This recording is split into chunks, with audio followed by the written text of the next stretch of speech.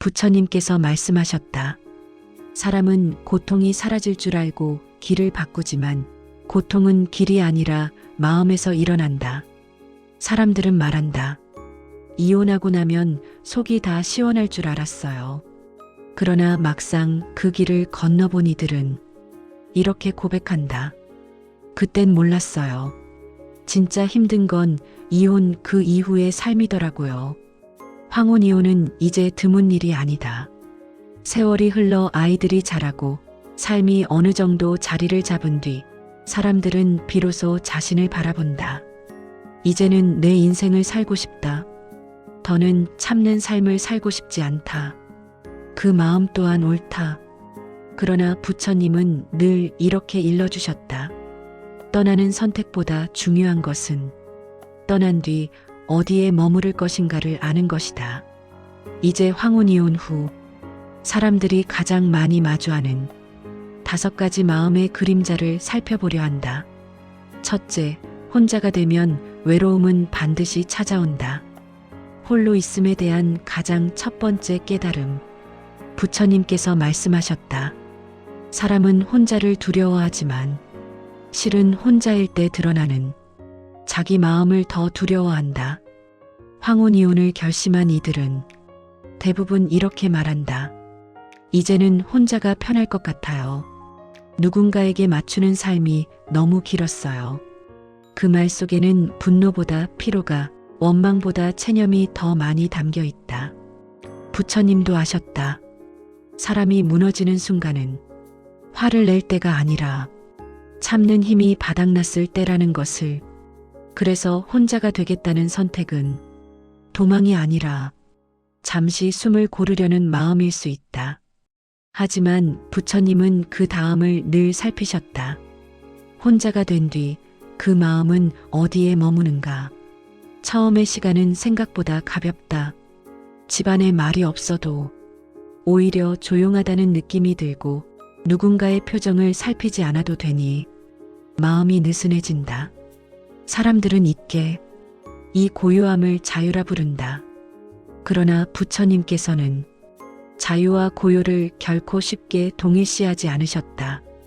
고요는 마음이 깨어 있을 때 평안이 되고 마음이 준비되지 않았을 때 외로움이 된다. 며칠이 지나고 몇 주가 지나고 시간이 쌓이기 시작하면 집안의 조용함은 다른 얼굴을 드러낸다. 아침에 눈을 떠도 말 한마디 하지 않고 해가 중천에 오른다. 식탁에 앉아 밥을 먹는데 대답도 반응도 없다. TV 소리를 켜놓지 않으면 집안에 아무 소리도 남지 않는다.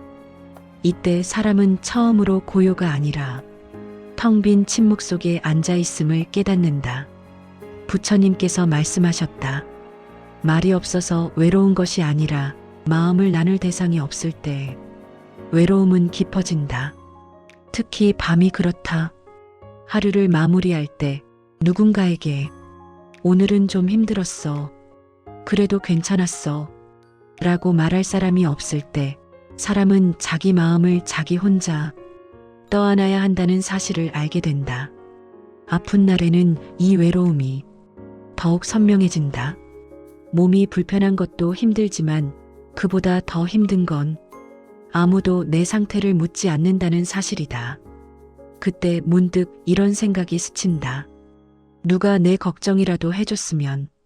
부처님은 이 순간을 고통이라 부르지 않으셨다. 대신 이렇게 말씀하셨다. 홀로 있음은 벌이 아니다. 그러나 홀로 있음을 피하려 하면 그 순간부터 괴로움이 된다. 이혼 후의 외로움은 갑자기 생겨난 것이 아니다. 그 외로움은 이미 결혼 생활 속에서도 조용히 자라고 있었을 가능성이 크다. 다만 그때는 형체 없는 외로움이었고 지금은 형체를 가진 외로움이 되었을 뿐이다. 이 사실을 받아들이지 못하면 사람은 다시 누군가를 찾는다. 외로움을 덮기 위한 관계, 침묵을 피하기 위한 만남. 그러나 부처님은 경고하셨다. 외로움을 피하려 맺은 인연은 또 다른 외로움을 낳는다. 이 첫 번째 후회의 본질은 외로움 자체가 아니다. 외로움과 함께 머무는 법을 배우지 못한 채 길을 바꾼 것. 둘째, 돈보다 무거운 것은 감정의 공이다. 비어있음에 대한 두 번째 깨달음. 부처님께서 말씀하셨다. 사람은 잃은 재산은 계산하지만 비어버린 마음의 무게는 어디에도 기록하지 않는다. 이혼을 앞둔 사람들은 늘 계산부터 한다. 집은 어떻게 나눌지, 연금은 충분한지, 혼자서도 생활이 가능한지. 그러나 이혼이 끝난 뒤 사람을 가장 오래 괴롭히는 것은 돈의 문제보다 감정의 문제다. 함께 쌓아온 시간, 매일 반복되던 일상, 묻지 않아도 알던 습관들. 아침에 눈을 뜨면 당연히 있던 사람, 저녁에 돌아오면 늘 같은 자리에 있던 사람. 그 모든 것이 사라지고 나면 집은 그대로인데 삶의 온기가 빠져나간 것처럼 느껴진다. 부처님은 공을 가르치셨다. 모든 것은 비어 있으며 그 비어 있음은 본래 괴로움이 아니라고. 그러나 사람들은 이 비어 있음 앞에서 불안을 느낀다. 내 인생이 잘못된 선택으로 비어버린 건 아닐까? 이 공백을 어떻게 견뎌야 할까? 이 질문들이 비어있던 마음을 두려움으로 채운다. 많은 사람들이 말한다. 돈은 줄었지만 돈보다 마음이 훨씬 힘들었어요. 부처님께서 말씀하셨다. 공을 두려워하면 그 공은 고통이 되고 공을 바라보면 그 공은 길이 된다. 감정의 빈자리는 누군가가 대신 채워줄 수 없다. 새로운 관계도 새로운 소비도 그 자리를 오래 채우지 못한다. 이 사실을 받아들이지 못하면 사람은 계속 무언가를 채우려 애쓴다. 그러나 채울수록 허전함은 더 커진다. 이것이 두 번째 후회다. 비어있음과 함께 머무는 법을 배우지 않은 채 결단을 내려버린 것. 셋째, 자식과의 인연은 생각보다 멀어질 수 있다. 인연에 대한 세 번째 깨달음. 부처님께서 말씀하셨다. 자식은 부모의 소유가 아니라 잠시 스쳐가는 깊은 인연이다. 황혼이혼을 결심하는 많은 부모는 자식이 이미 성인이라는 사실에 안도한다. 아이들도 다 컸으니까 괜찮겠지. 그러나 부처님은 마음에는 나이가 없음을 아셨다. 아이들은 말한다. 괜찮아요. 이해해요. 그러나 그 말은 상처가 없다는 뜻이 아니다. 상처를 드러낼 줄 모른다는 뜻이다. 아이들은 부모의 선택 앞에서 자신의 감정을 접는다. 부모를 이해해야 한다고 스스로를 설득한다. 그러나 시간이 흐르면 그 감정은 거리로 나타난다. 연락이 줄고 만남이 어색해지고 명절과 생일이 부담이 된다. 부처님께서 말씀하셨다. 인연을 붙잡으려 하면 인연은 무거워지고 놓아주려 하면 인연은 맑아진다. 부모는 자식을 위해 희생했다고 느끼지만 자식은 그 희생을 짐으로 느낄 수도 있다. 이 간극을 이해하지 못하면 부모의 마음에는 또 다른 후회가 남는다. 그러나 부처님은 분명히 말씀하셨다. 선의도 집착이 되면 고통을 낳는다. 넷째, 자유는 준비된 자에게만 평안하다. 자유에 대한 네 번째 깨달음. 부처님께서 말씀하셨다. 속박에서 벗어났다고 곧바로 자유로워지는 것은 아니다. 이혼 후 사람들은 자유를 얻었다고 느낀다. 그러나 그 자유는 곧 방향 없는 시간으로 변한다. 해야 할 역할이 사라지자 정체성도 함께 흐려진다. 나는 이제 누구인가? 이 질문에 답하지 못하면 자유는 곧 불안이 된다. 부처님은 말씀하셨다. 자유란 하고 싶은 것을 하는 것이 아니라 하지 않아도 되는 것을 아는 힘이다. 이 힘이 준비되지 않으면 자유는 짐이 된다. 다섯째, 돌아가고 싶을 때는 이미 늦었다. 집착에 대한 다섯 번째 깨달음. 부처님께서 말씀하셨다. 과거는 기억하되 거처로 삼지 말라. 이혼 후 찾아오는 후회는 사랑이 아니라 집착이다. 익숙함에 대한 집착, 되돌릴 수 없음을 인정하지 않으려는 마음이다. 부처님은 분명히 말씀하셨다. 이미 지나간 강물에는 다시 발을 담글 수 없다. 부처님께서 마지막으로 말씀하셨다. 길을 바꾸는 것이 문제가 아니다. 마음을 준비하지 않은 채 길을 바꾸는 것이 문제다. 부처님께서 다시 말씀하셨다. 사람은 길을 바꾸는 데에는 용기를 내지만 그 길 위에서 자기 마음을 바라보는 데에는 좀처럼 용기를 내지 못한다.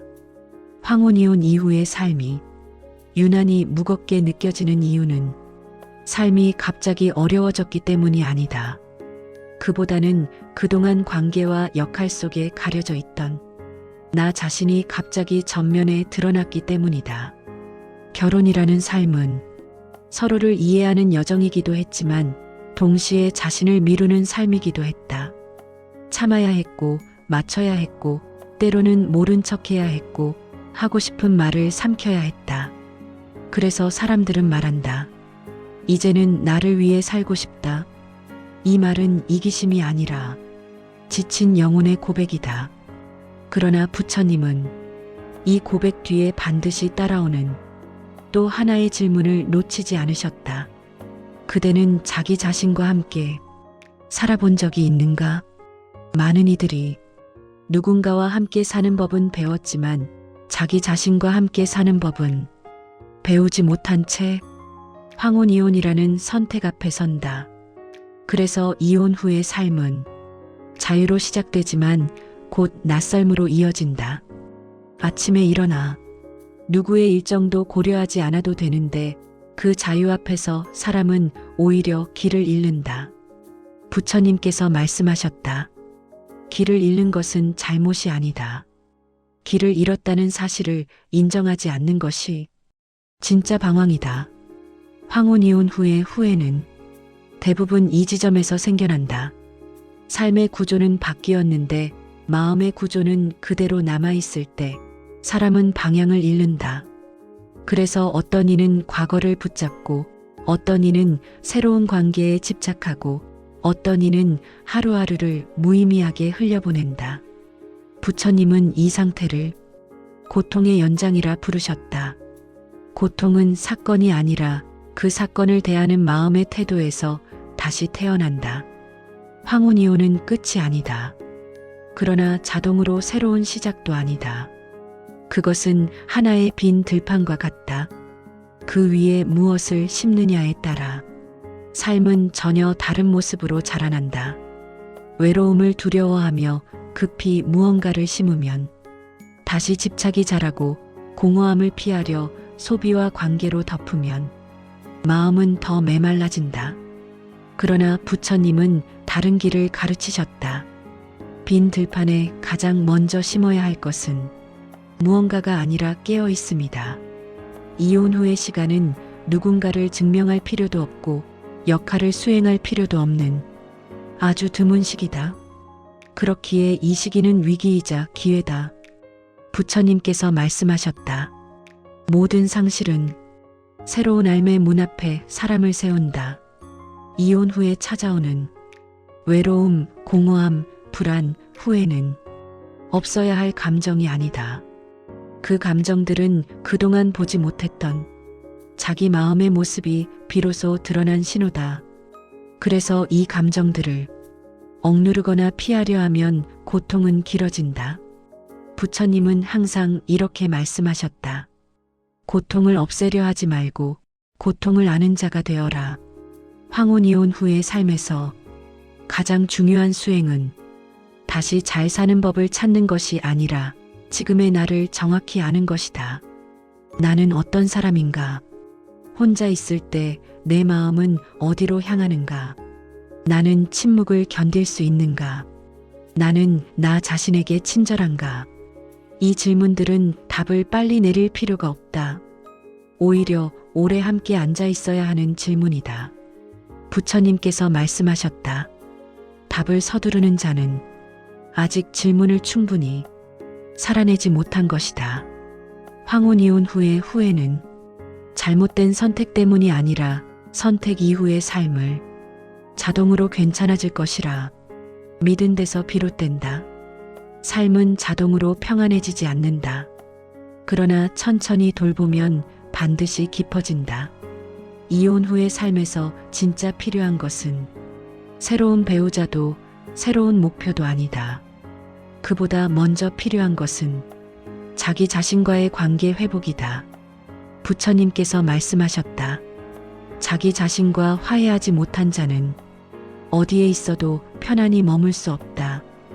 혼자 있는 시간이 고통이 아니라 수행이 될 수 있다면 외로움이 적이 아니라 스승이 될 수 있다면 그때 황혼이혼은 후회가 아니라 전환점이 된다. 마지막으로 부처님께서 이렇게 일러주셨다. 삶의 후반은 무언가를 증명하는 시간이 아니라 무언가를 내려놓고 자기 자신과 함께 조용히 걷는 시간이다. 황혼이혼은 그 길의 시작일 수 있다. 그러나 그 길이 고통이 될지 깊은 평안이 될지는 그대가 자기 마음을 어떻게 대하느냐에 달려 있다. 이것이 부처의 눈으로 본 황혼이혼 이후의 삶이며 마지막까지 이어지는 가장 깊은 가르침이다. 부처님께서 다시 한번 이렇게 말씀하셨다. 사람은 삶이 무너질 때보다 삶이 비어 있을 때 더 큰 두려움을 느낀다. 황혼이혼 이후 많은 이들이 겉으로는 담담해 보이지만 속으로는 알 수 없는 불안을 안고 살아간다. 누가 보기에 큰 불행이 생긴 것도 아니고 당장 먹고 사는데 문제가 생긴 것도 아니다. 그런데도 마음은 자주 허전하고 사소한 일에 쉽게 흔들린다. 부처님은 이 상태를 삶의 소음이 사라진 뒤에야 비로소 들려오는 마음의 소리라 하셨다. 결혼 생활 동안 사람들은 수많은 역할 속에 살아왔다. 배우자라는 이름, 부모라는 책임, 가족을 지켜야 한다는 의무. 이 역할들은 때로는 짐이었지만 동시에 마음을 가려주는 장막이기도 했다. 그래서 그 장막이 걷히는 순간 사람은 처음으로 자기 자신과 단둘이 마주하게 된다. 부처님께서 말씀하셨다. 그대가 피하려 했던 것은 사람이 아니라 자기 마음이었다. 황혼이혼 후 찾아오는 공허함은 결코 약함의 증거가 아니다. 그것은 오히려 지금까지 얼마나 많은 역할로 자신을 가려왔는지를 보여주는 증거다. 그래서 이 시기의 삶은 마치 깊은 산 속에 홀로 앉은 것과 같다. 처음엔 새소리도 크게 들리고 바람 소리에도 마음이 흔들린다. 그러나 시간이 지나면 그 소리들 속에서 차분함이 자라기 시작한다. 부처님은 이 과정을 익숙함이 사라진 뒤에 오는 진짜 수행의 시작이라 하셨다. 많은 사람들은 황혼이혼 후의 후회를 내 선택이 틀렸기 때문이라 생각한다. 그러나 부처님은 선택 그 자체를 문제 삼지 않으셨다. 문제는 선택이 아니라 선택 이후에도 예전과 같은 방식으로 마음을 다루려는 데 있다. 결혼 생활에서는 마음을 미루는 것이 가능했다. 참고 넘기고 바쁘게 살면 마음의 소리는 뒤로 밀렸다. 그러나 혼자가 된 삶에서는 그 방식이 더 이상 통하지 않는다. 그래서 사람들은 불안을 느낀다. 그 불안은 앞으로 어떻게 살아야 할지 모르겠다는 막연한 두려움이 아니라 이제 더 이상 도망칠 곳이 없다는 마음의 신호다. 부처님께서 말씀하셨다. 도망칠 곳이 없을 때 비로소 길이 보인다. 황혼이혼 이후의 삶은 누군가에게 보여주기 위한 삶이 아니다. 비교할 대상도 증명해야 할 이유도 점점 사라진다. 그래서 이 시기의 삶은 젊은 날보다 훨씬 더 정직해진다. 행복한 척할 필요도 없고 괜찮은 척할 이유도 없다. 그 대신 마음이 편안한 날과 마음이 불안한 날이 선명하게 구분된다. 마음이 선명해질수록 삶은 단순해진다. 황혼이혼 후 많은 사람들이 새로운 관계를 고민한다. 그러나 부처님은 늘 이렇게 경계하셨다. 외로움을 덮기 위해 맺은 인연은 다시 외로움을 키운다. 이 시기에 필요한 것은 누군가를 새로 들이는 것이 아니라 자기 마음에 머무를 수 있는 힘을 기르는 것이다. 혼자 밥을 먹을 수 있는 힘, 혼자 침묵 속에 앉아 있을 수 있는 힘, 아무 일 없는 하루를 불안해하지 않는 힘.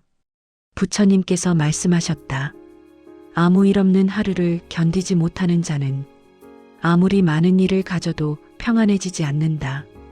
황혼이 온 후의 삶에서 사람들은 종종 과거를 떠올린다. 행복했던 순간뿐 아니라 다투었던 날들, 참았던 기억들까지 함께 떠오른다. 그때 마음속에서 이런 질문이 생긴다. 내가 조금만 더 참았으면 다른 삶이 있었을까? 부처님은 이 질문에 단호하면서도 자비롭게 답하셨다. 과거는 다른 삶을 상상하기 위해 존재하는 것이 아니라 지금의 나를 이해하기 위해 존재한다. 과거를 되돌릴 수는 없다.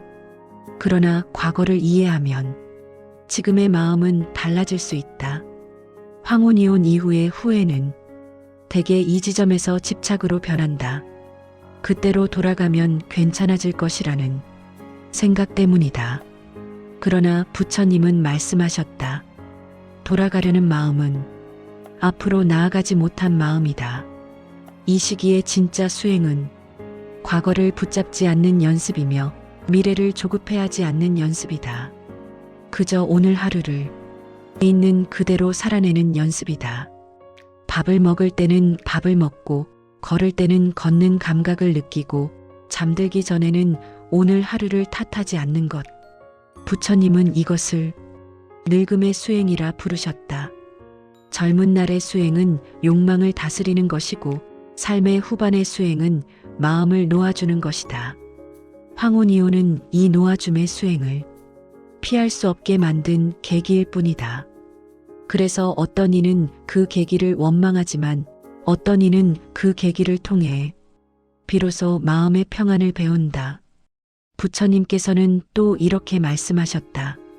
삶의 후반은 다시 잘 살기 위한 시간이 아니다. 이제까지 살아온 삶을 부드럽게 안아주는 시간이다. 황혼이 온 후의 삶이 외롭고 불안하고 허전하다면 그것은 실패의 증거가 아니다. 그것은 이제 더 이상 자기 마음을 속이지 않아도 되는 시작점에 서 있다는 증거다. 그러니 서두르지 말라. 무언가를 증명하려 애쓰지 말라. 부처님은 조용히 말씀하신다. 그대는 이미 충분히 오래 살아왔다. 이제는 자기 마음과 함께 천천히 걸어도 된다. 이 길은 누군가와 경쟁하는 길이 아니고 누군가를 이기는 길도 아니다. 그저 자기 자신과 화해하며 걷는 길이다. 황혼이오는 삶의 실패가 아니라 삶을 깊이 이해하게 되는 늦은 시작일 수도 있다는 것을 부처님께서 다시 조용히 말씀하셨다. 사람은 늙는 것이 두려운 것이 아니라 쓸모 없어졌다고 느끼는 순간을 가장 두려워한다. 황혼이 온 이후 많은 이들이 겉으로는 아무렇지 않은 척하지만 속으로는 이런 질문을 품고 살아간다. 이제 나는 누구에게 필요한 존재일까? 나의 하루는 누구에게 의미가 있을까? 결혼 생활 속에서는 필요함이 역할로 증명되었다. 가정을 책임지고 배우자를 돌보고 자식을 뒷받침하며 쓸모 있음은 자연스럽게 주어졌다. 그러나 그 역할이 사라진 뒤 사람은 처음으로 아무 역할도 없는 자기 자신을 마주하게 된다. 부처님은 이 순간을 위기라 부르지 않으셨다. 오히려 이렇게 말씀하셨다. 아무 역할도 없을 때 비로소 인간은 있는 그대로의 자신이 된다. 이때 사람은 두 갈래 길 앞에 선다. 하나는 다시 쓸모를 증명하려 애쓰는 길이고 다른 하나는 쓸모로부터 자유로워지는 길이다. 많은 이들이 첫 번째 길을 택한다. 새로운 관계를 급히 만들고 바쁘게 일정을 채우고 끊임없이 자신이 필요하다는 증거를 찾으려 한다. 그러나 부처님은 이 길이 또 다른 고통으로 이어질 수 있음을 아셨다. 쓸모로 자신을 증명하려는 자는 평생 증명 속에서 쉼을 얻지 못한다. 삶의 후반에 필요한 것은 다시 필요해지는 것이 아니라 필요하지 않아도 괜찮은 마음이다. 그 마음이 자리 잡을 때 사람은 처음으로 비교에서 벗어나고 평가에서 자유로워진다. 부처님께서 말씀하셨다. 그대가 세상에 아무것도 주지 않아도 그대의 존재는 이미 충분하다. 황혼이혼 이후 사람들이 느끼는 깊은 허전함은 사랑의 부재가 아니라 자기 존재에 대한 의심에서 비롯되는 경우가 많다. 나는 이제 사랑받을 이유가 있을까? 누군가와 함께하지 않아도 나는 괜찮은 사람일까? 부처님은 이 질문에 조용히 고개를 저으셨다. 사랑은 조건이 붙는 순간 이미 두려움이 된다. 삶의 후반에서 사람은 배운다. 사랑받기 위해 애쓰는 삶보다 자기 자신을 해치지 않는 삶이 훨씬 중요하다는 것을. 그래서 이 시기의 수행은 무언가를 더 얻는 수행이 아니다. 오히려 그동안 스스로에게 씌워온 조건들을 하나씩 내려놓는 수행이다. 부처님은 마지막으로 이렇게 일러주셨다. 그대는 이미 충분히 많은 역할을 해냈다. 이제는 아무 역할도 하지 않아도 괜찮은 자리로 천천히 물러나도 된다.